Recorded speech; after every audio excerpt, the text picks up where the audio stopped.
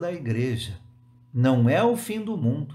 São direcionadas especificamente àqueles que tinham a marca da besta e adoravam a sua imagem, adoravam o imperador. São pragas de Deus contra o perseguidor da igreja. O segundo anjo derrama a sua taça, capítulo 16, versículo 3, em cima do mar. O mar se converte em sangue e tudo o que está dentro do mar morre. O terceiro anjo derrama a sua taça, capítulo 16, versículos de 4 ao 7. Derrama a sua taça em cima dos rios e das fontes, e os rios se convertem em sangue. E alguém fala: isso é justo, pois estes derramaram o sangue dos santos, e agora vão ter que tomar deste sangue. E, logicamente, iriam morrer quando bebessem desse sangue. Notem de novo aqui que essas pragas são direcionadas àquelas pessoas que perseguiam a igreja. Não é o fim do mundo, porque somente aqueles que estão perseguindo a igreja estão recebendo estas pragas. O quarto anjo derramou então a sua taça, capítulo 16, versículos 8 e 9. E a sua taça é derramada em cima do sol. E o sol se torna muito quente, mais do que já é, a ponto de queimar os homens. E estes começam a amaldiçoar o nome de Deus e se recusam a se arrependerem. Será isto o fim do mundo? Será que no fim do mundo as pessoas vão amaldiçoar o nome de Deus? Com certeza que não. Filipenses capítulo 2 nos ensina que quando Jesus voltar, todo o joelho se dobrará, toda a língua confessará que Jesus é o Senhor. No fim do mundo, ninguém vai estar amaldiçoando o nome de Deus. Mas aqui, quando a quarta taça é derramada, o sol se torna tão quente que começa a queimar os homens e eles amaldiçoam o nome de Deus. Não é o fim do mundo. São pragas direcionadas ao perseguidor da igreja, ao Império Romano. Vamos ver então o que nós aprendemos até agora. Estas taças são derramadas sobre a terra, sobre o mar, sobre os rios e fontes e sobre o sol. 4 aspectos da natureza. Lembra das trombetas? Quando nós falamos sobre as trombetas, falamos sobre avisos, avisos de calamidades naturais que afetariam a natureza. Seriam avisos, destruições parciais, 1/3, com a finalidade de avisar o Império Romano. E vimos que mesmo com estes avisos, o perseguidor, o Império Romano, não mudou a sua conduta. Pelo contrário, continuou a perseguição, mesmo com estes avisos. Agora, Deus está dizendo: não tem mais aviso, não é mais destruição parcial. Agora é destruição total. a destruição seria total. Deus iria colocar todos esses aspectos da natureza contra o Império Romano. Terremotos, fogos, enchentes, vulcões, inundações. Durante um poderoso ataque contra o Império Romano, aconteceu um terremoto que destruiu a cidade de Roma. Deus está mostrando, com essas taças, derramando essas pragas, uma das maneiras que ele iria usar para destruir o Império Romano, fazendo com que a própria natureza se voltasse contra o Império Romano. O quinto anjo agora derrama a sua taça. Capítulo 16, versículos 10 e 11. E esta taça é derramada sobre o próprio trono da besta. As pragas são direcionadas contra a besta, e não é o fim do mundo, como muitos, infelizmente, ensinam de uma maneira errada. O reino da besta se torna escuro em trevas. Blasfêmias contra Deus são ditas. Não se arrependeram dos seus atos. A escuridão e as trevas vêm de dentro do próprio império, vêm da liderança. Os historiadores nos ensinam que quando a corrupção vem da liderança, a nação está prestes a cair. Quando existe corrupção dentro da liderança, é um sinal de que esta nação vai cair. Deus está mostrando aqui, com esta quinta taça, que uma das maneiras que ele vai usar para destruir Roma e o Império Romano é devido à sua fraqueza interna, à sua corrupção, à sua imoralidade. O sexto anjo agora derrama a sua taça. Capítulo 16 de Apocalipse, versículos 12 a 16. E esta taça é derramada sobre o rio Eufrates. E o rio se seca.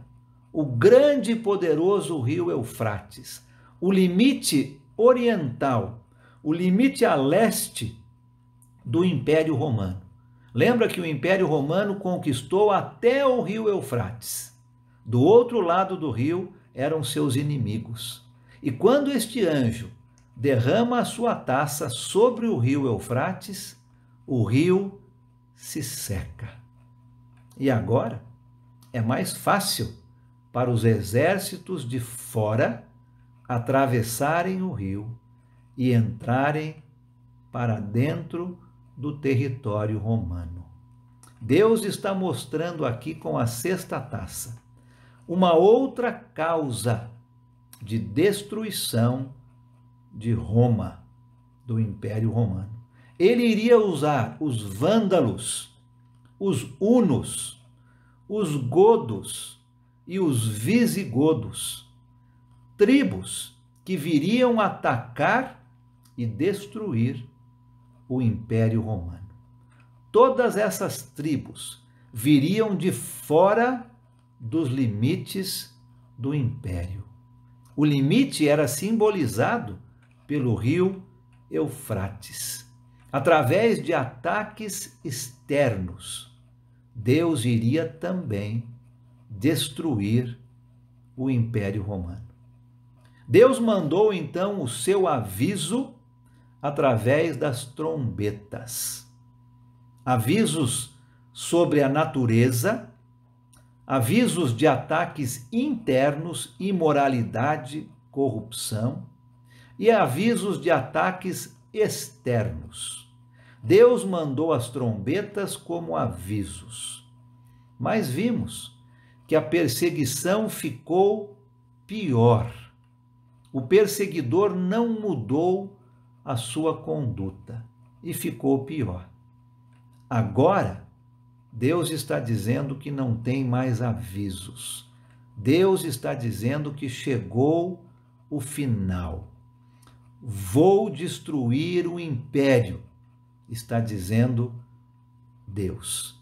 E Deus está mostrando até mesmo as maneiras como ele iria fazer isto. No capítulo 16, versículo 13, vemos o dragão, lembra? Satanás, a primeira besta, o Império Romano, e a segunda besta, o culto ao imperador romano, aqui representada por um falso profeta, tendo uma reunião. Olha que interessante.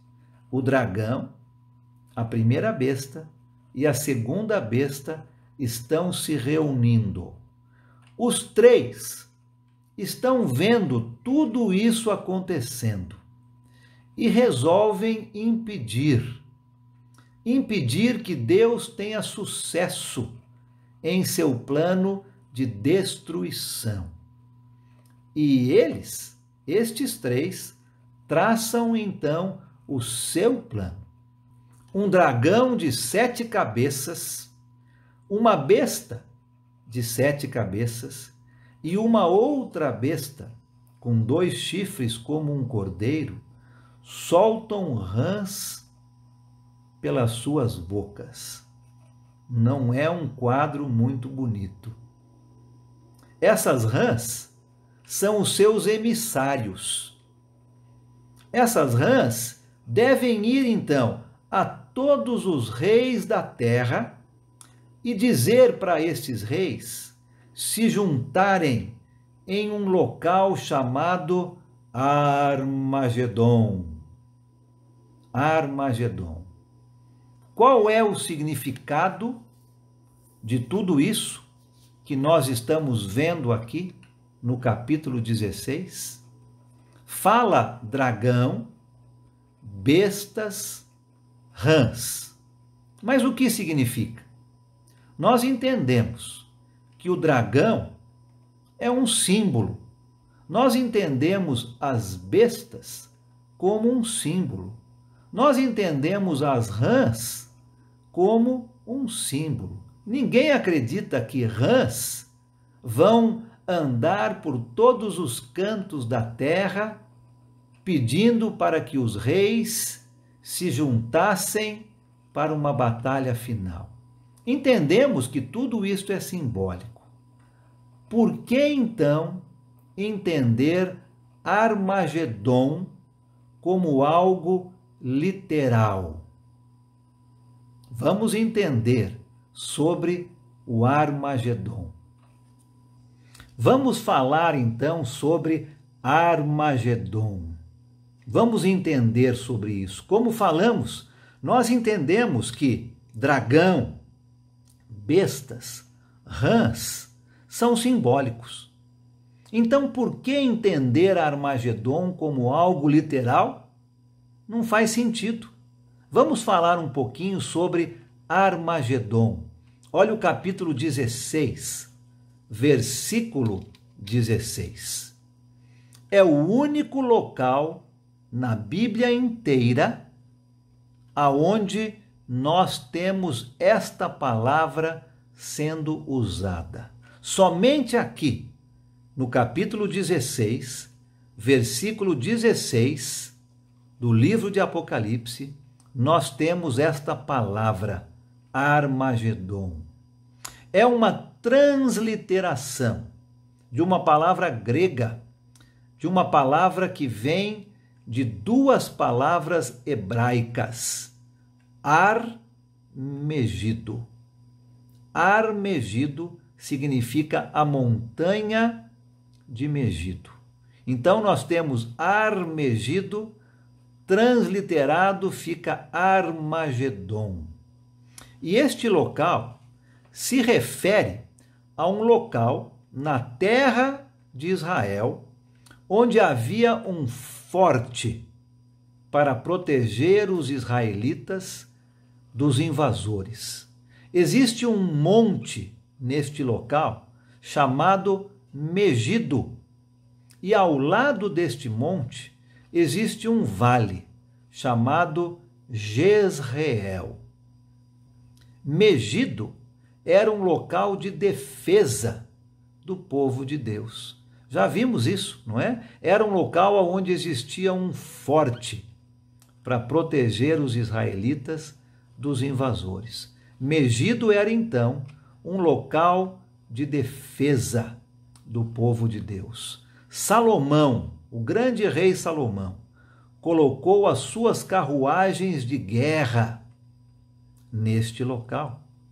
O rei Acã colocou as suas carruagens de guerra neste mesmo local. Muitas batalhas foram travadas neste vale chamado Jezreel, que ficava ao lado do Monte Megido. Por exemplo, foi aonde Débora venceu Sísera, o comandante. Foi aonde Gideão venceu os midianitas. Foi aonde Saul e seu filho Jonatas perderam as suas vidas. Foi aonde o rei Acasias morreu. Foi também o local aonde o rei Josias morreu em uma batalha.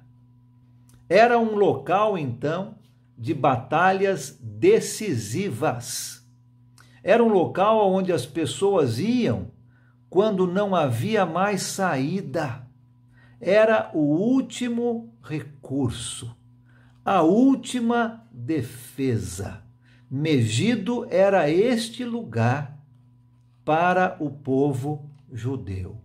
Falar então que alguém estava indo ao Armagedon, ao Monte Megido, significa dizer que a pessoa não estava se entregando. Era o último local, o último recurso, a última defesa. Diria então que esta pessoa estaria lutando até o fim, até o seu último suspiro. Não significava aqui um lugar literal, mas sim um conceito, uma ideia que o judeu tinha no seu coração e na sua mente. Quando ele se lembrava, quando alguém falava a palavra Megido, para o judeu isto significava um lugar de defesa, o último recurso.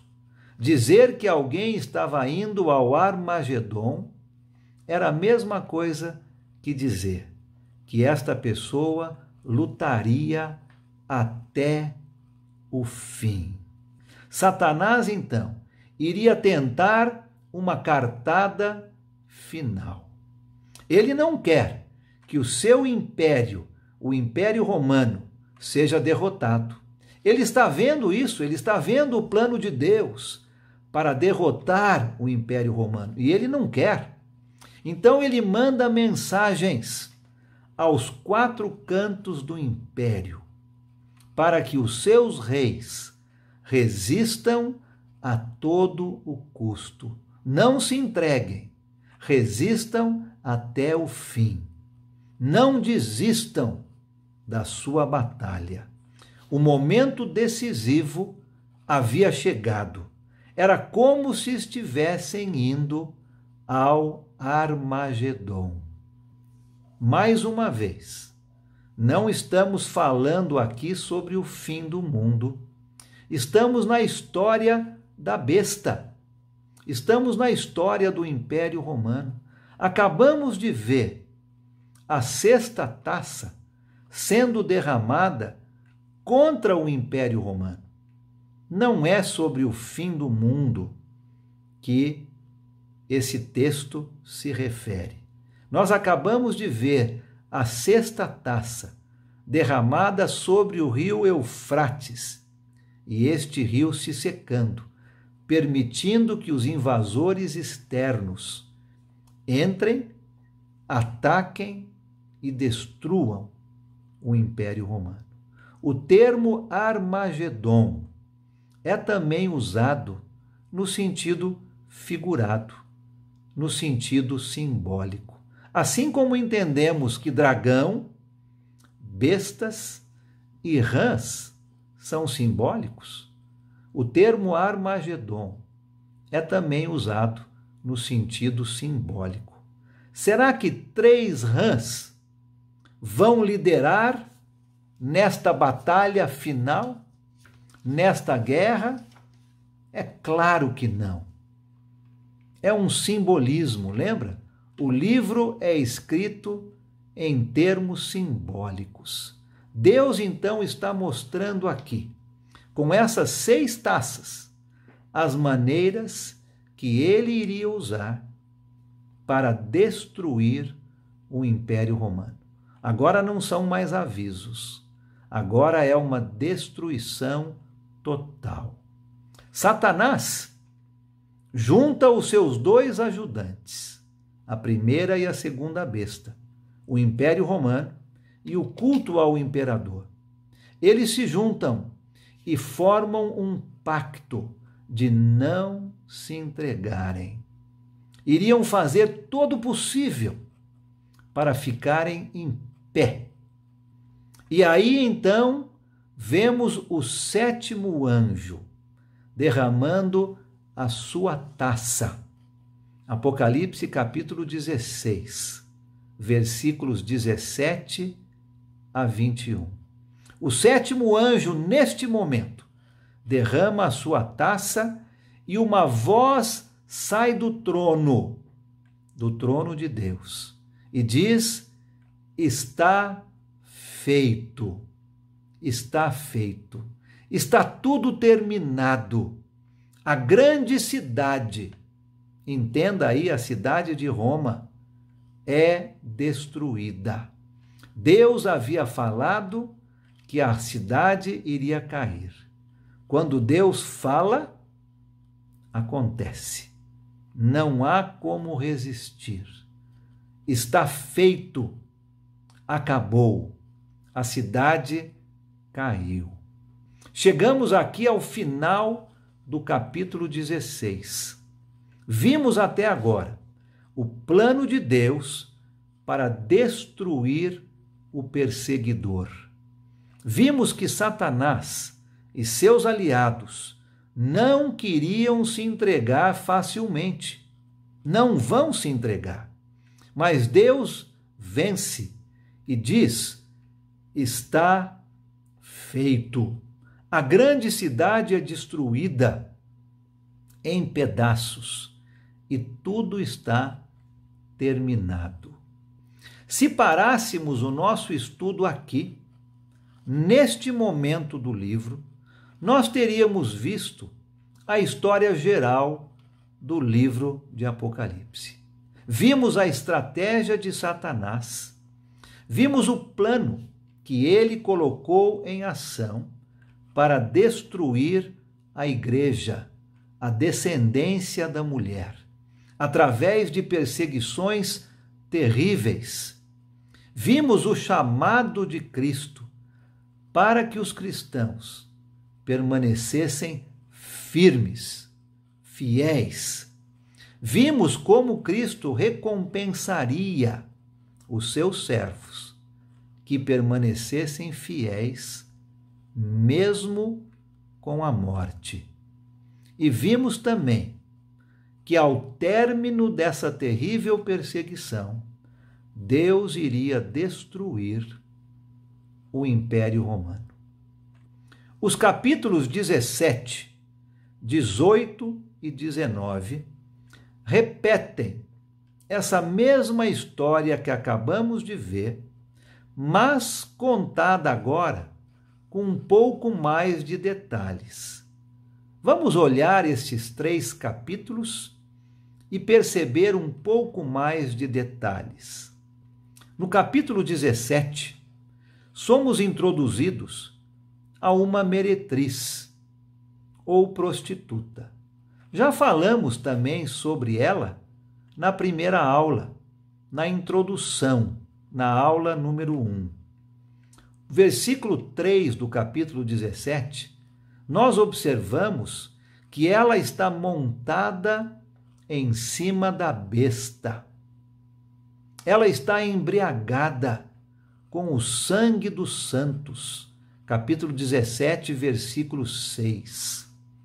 Ela lidera os reis da terra em sua imoralidade e em sua perseguição aos cristãos.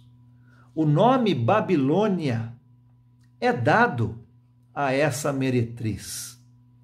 Babilônia era a antiga capital de um império.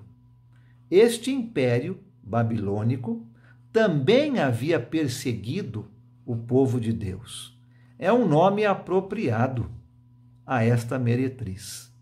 Ela é a grande cidade que reina sobre os reis da terra. Capítulo 17, versículo 18.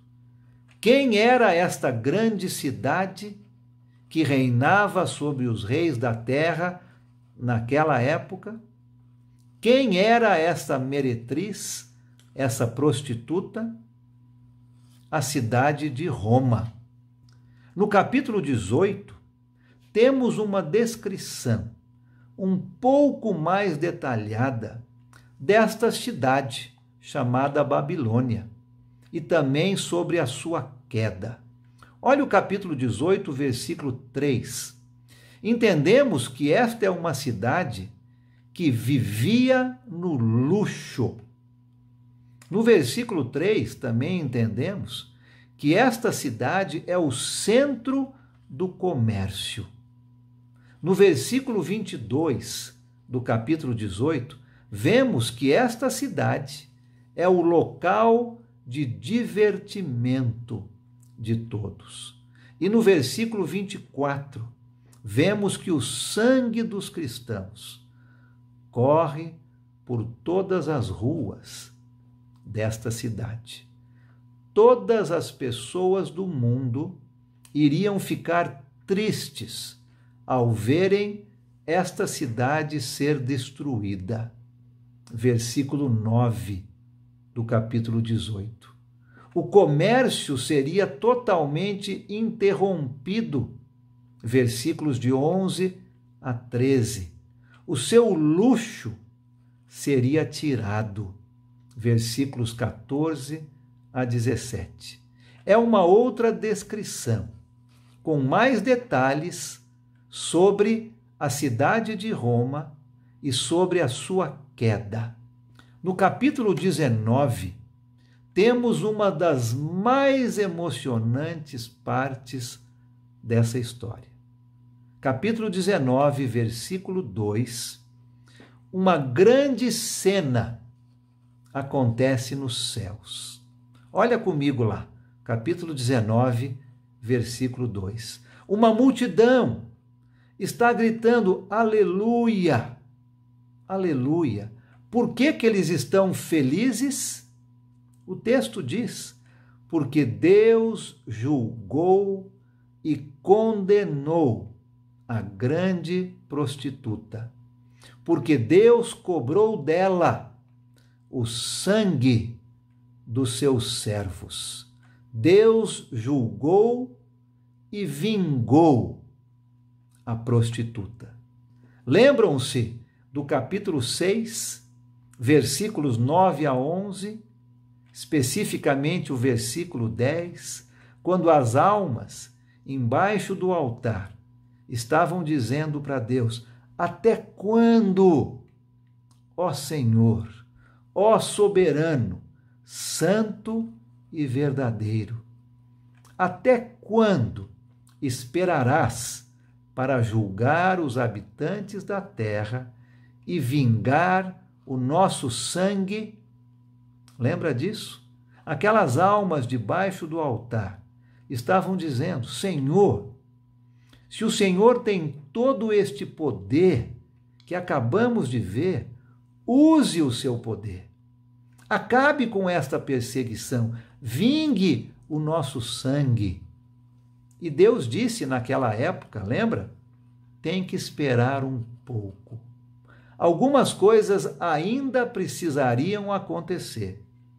Confiem em mim, Deus está dizendo, e eu tomarei conta de vocês.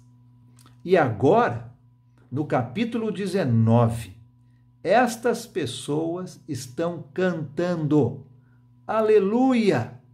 Deus fez aquilo que foi pedido. Ele julgou a prostituta, a cidade de Roma. Ele vingou o sangue dos seus servos. E chegamos aqui ao mesmo ponto da história que estávamos no final do capítulo 16.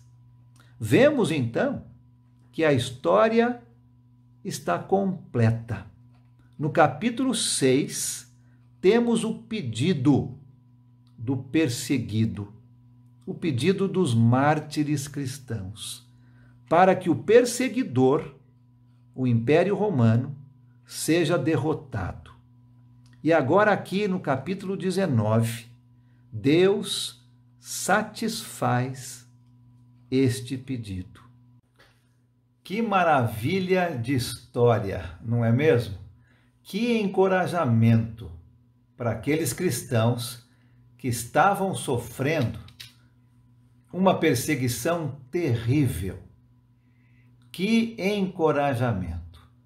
No começo dessa história, as almas no céu pedindo ao Deus Todo-Poderoso que vingassem o seu sangue, que terminassem com a perseguição. E Deus diz: eu vou fazer, mas vai levar um tempo ainda.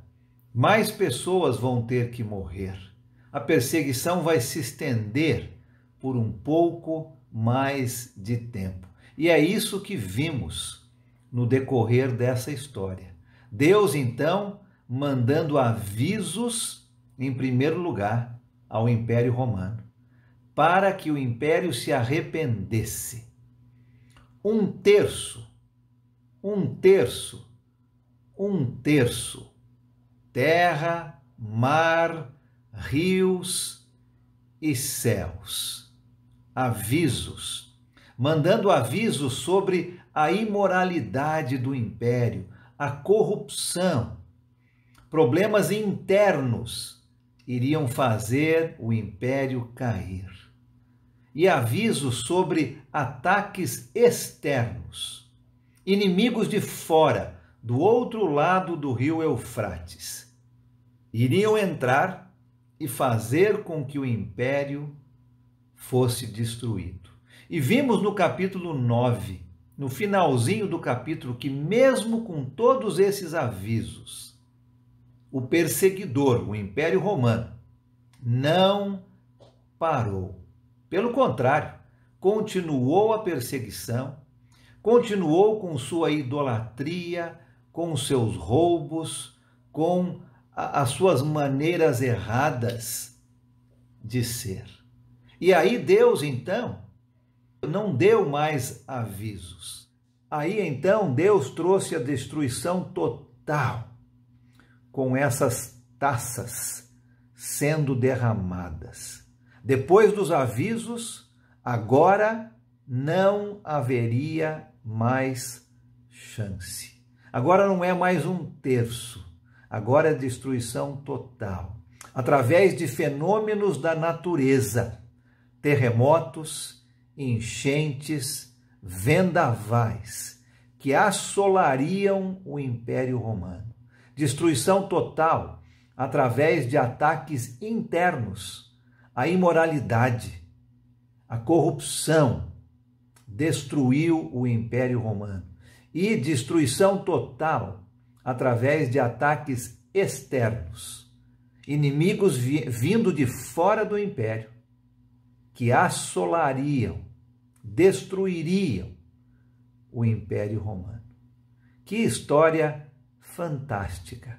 E agora chegamos no final desta história, aonde vimos a história se desenrolando, vimos os avisos, vimos agora a destruição total. Que encorajamento para aqueles cristãos!